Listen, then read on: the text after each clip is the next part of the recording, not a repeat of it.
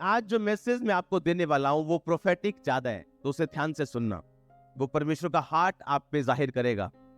आमीन। ये लास्ट दिनों में परमेश्वर ऐसे लोग चाहता है जो शैतान के साथ लड़ सके, परमेश्वर के योद्धा की नाई चल सके। जब शैतान गिरा था तो बाइबल कहती 1/3 स्वर्गदूत उसके साथ गिरे थे। अगर 150 करोड़ स्वर्गदूत बनाया तो 50 करोड़ स्वर्गदूत गिर गए थे शैतान के साथ। और आज भी वो शैतान के साथ मिलकर काम करते हैं कि परमेश्वर तक ना पहुंचने दिया जाए। अगर कोई पहुंच गया तो तब भी उसे अपने पकड़ में बांध के रखा जाए। परमेश्वर ने कहा, देखो मैंने तुम्हें सांपों और बिच्छुओं को रौंदने का पूरा अधिकार दिया, उनकी सारी शक्ति पर पूरा अधिकार दिया, किसी वस्तु से तुम्हें कुछ भी हानि नहीं होगी। ये परमेश्वर ने अपने लोगों को बोला कि देखो मैंने तुम्हें सांपों और बिच्छुओं को रौंदने का पूरा अधिकार दिया। देखो का यूनानी मतलब है देखना, लेकिन अपनी आत्मिक आंखों से, अपनी अंदरूनी आंखों से उन चीजों को देखना। जब शैतान ने हवा को भरमाया था, उसने कहा था देख वो फल खाने में कितना मनोहर है। और बाइबल कहती जब हवा ने वो फल देखा, वाकई में उसे वैसा ही मनोहर लगा जैसा शैतान ने बोला था। तो क्या शैतान ने सच कहा था? क्या शैतान सच बोलते हैं? उसका वो फैक्ट, वो सच हो सकता है जो वो अपने मुंह से कह रहे हैं, लेकिन वो झूठ का बाप है। बाइबल कहती है वो अभी भी आपको बोल रहे नहीं मैं तेरे घर में हूं, देख तेरा सिर दर्द हो रहा है, अभी भी तेरा सिर फाड़ा है, पर एक्चुअल में वो झूठ का क्या है? बाप है। आपका सिर तो वाकई भारा हो सकता है, लेकिन अब परमेश्वर का आत्मा आप में बसता है, ये सच्चाई है। बहुत से लोग धोखा तब खाते हैं जब वो जो वो महसूस कर रहे हैं या वो जो देख रहे हैं उस पर विश्वास करने लगते हैं। जो मसीह में है वो नई सृष्टि है। जब आप परमेश्वर में आए तो आप में किसका आत्मा बसता है?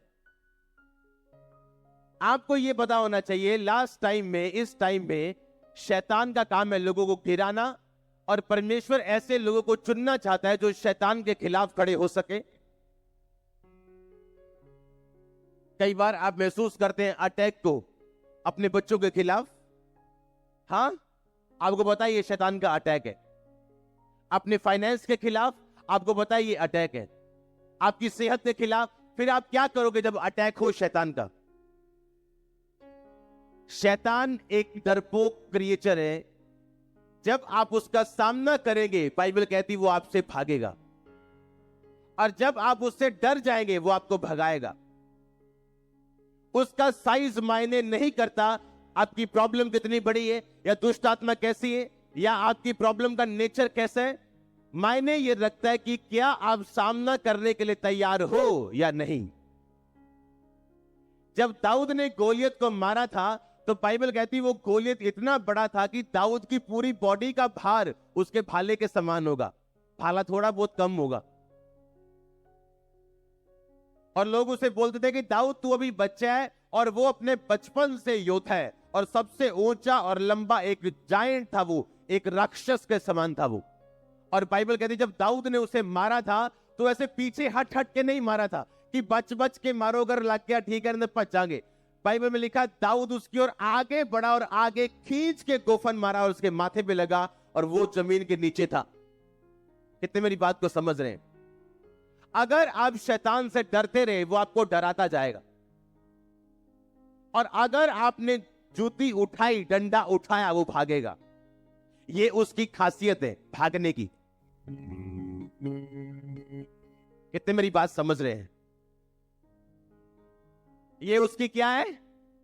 ये उसकी खासियत है कि अगर आपने डंडा उठाया तो वो भागेगा। और अगर आप क्रिश्चियन हैं, आपको यह मालूम होना चाहिए कि कहां वो आपकी लाइफ में अटैक करने की कोशिश कर रहे हैं। हालेलुया।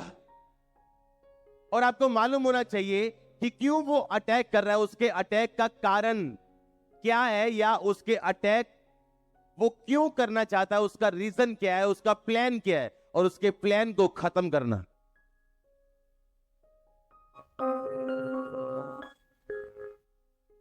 इस एंड टाइम में परमेश्वर ऐसे लोगों को चाहता है जो शैतान के अटैक को खत्म कर सके, उसके खिलाफ प्रार्थना कर सके, उसको भगा सके। और बाइबल कहती है शैतान का खाना पाप है। जब आप पाप बंद कर देंगे, वो कमजोर होता जाएगा आपकी जिंदगी से, और आप स्पिरिचुअली स्ट्रांग होते जाएंगे, और इतने स्ट्रांग होते जाएंगे कि आप उसे हरा पाएंगे, वो भागेगा। इसीलिए सिकवा के 7 बेटे जो थे, उन्होंने शैतान को कहा जिस यीशु का प्रचार पौलुस करता है, उस यीशु मसीह के नाम में हम तुम्हें आज्ञा देते। शैतान ने कहा उसको हम जानते, यीशु को, पौलुस को पहचानते, सब ये दोनों को हम जानते और पहचानते, तुम कौन हो?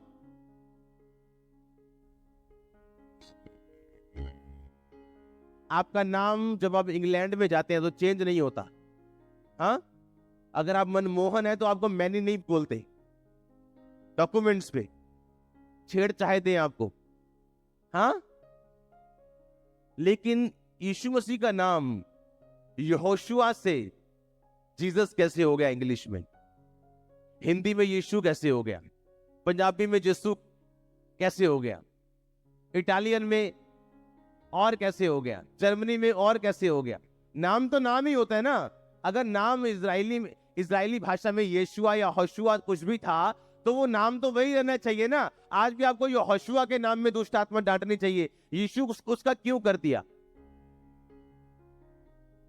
परमेश्वर ने जानबूझ के ऐसा करने दिया लोगों को, क्योंकि नाम का यूनानी मतलब में, नाम का मतलब है अनोमा।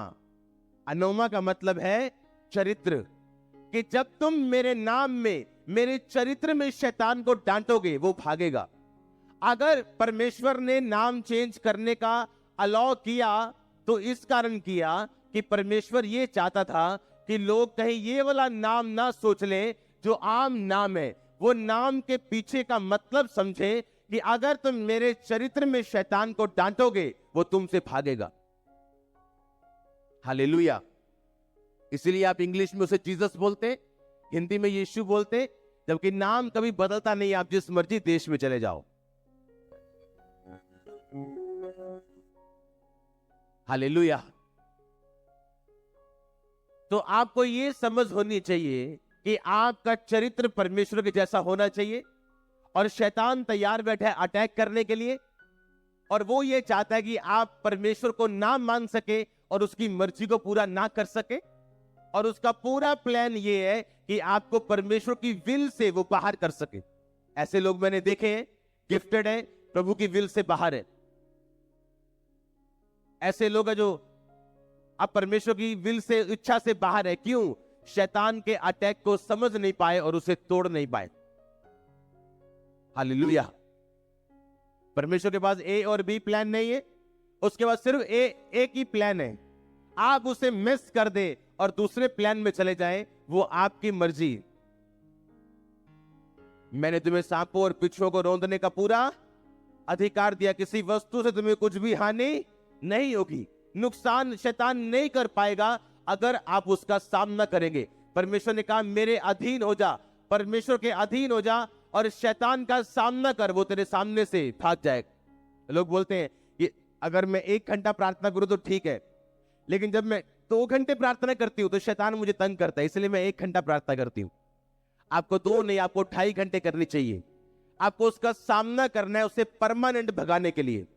आपको शैतान के साथ कोई भी समझौता नहीं करना है।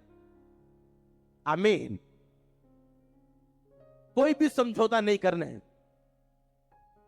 कि उसने एक अटैक किया और उस अटैक ने आपको इतना प्रभावित कर दिया कि आपने अपनी लाइफ के सारे डिसीजन ही चेंज कर लिए। नो, ऐसा नहीं होना चाहिए। आपको परखना है, आपको समझना है, और आपको आगे बढ़ना है, और उसको डांटना है, उसको निकालना है।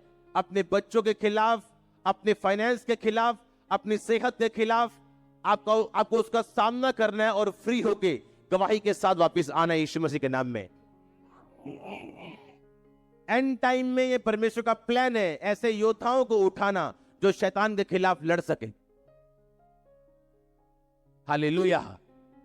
इसलिए परमेश्वर ऐसे ऐसे लोग उठाता है जिनको वचन की नॉलेज है और जो वचन की नॉलेज से अपने लोगों को भर सकते हैं, क्योंकि शैतान जो है वो आपके एक्सपीरियंस से कभी नहीं हारता। यीशु मसीह को बोला, जे तू परमेश्वर का पुत्र है, पत्थरों ने कहा कि बन जान। तो यीशु मसीह को तो आकाशवाणी हुई थी कि ये मेरा प्रिय पुत्र है, मैं इससे प्रसन्न हूं, बहुत खुश हूं। तो यीशु मसीह बोल सकते थे, शैतान मेरे लिए आकाशवाणी हुई है कि मैं उसका प्रिय बेटा हूं। तू कैसे कह सकता है कि जे अगर तू उसका पुत्र है? तो यीशु मसीह ने एक्सपीरियंस इस्तेमाल नहीं किया शैतान के खिलाफ, यीशु मसीह ने वचन इस्तेमाल किया और बोला कि शैतान लिखा है कि इंसान केवल रोटी से नहीं परंतु परमेश्वर के मुख से निकले एक एक वचन से जीवित रहेगा। आपकी लाइफ में जितना मर्जी बड़ा मिरेकल क्यों ना हुआ हो, वो शैतान के खिलाफ आप यूज नहीं कर सकते। वो आपके फेथ को बढ़ाने के लिए, आपके विश्वास को बढ़ाने के लिए, आपको साबित करने के लिए कि यीशु मसीह सब कुछ कर सकते हैं। लेकिन शैतान के खिलाफ आपको वचन चाहिए, वचन की नॉलेज चाहिए। आप इमेजिन करो ऐसे स्वर्गदूत जो हर वक्त परमेश्वर को देखते थे, परमेश्वर की बात सुनते थे, उसका दीदार करते थे, देखते थे उसको भी शैतान ने भरमा दिया था। इमेजिन कर रहे हो कि नहीं? हाँ, जो हर टाइम स्वर्गदूत परमेश्वर के सामने, उसको शैतान ने ऐसी काउंसलिंग दी कि उसको यकीन हो गया कि परमेश्वर के पास मेरे लिए कोई फ्यूचर नहीं। और आज भी वो ऐसे काम करता है धरती के ऊपर। अगर आप वचन पे नहीं खड़े, आप अड़े और खड़े नहीं, आपने एक मन नहीं बनाया, तो फिर आप घूमने वाले हो इधर उधर। लेकिन एक मन अगर बन गया अड़े और खड़े रहने का, पवित्रताई में चलने का, शैतान को उसका खाना ना देने का, आपके घरों से जब वो निकलेगा एक बड़ी गवाही छोड़ के जाएगा जो बांधी हुई जो उसने।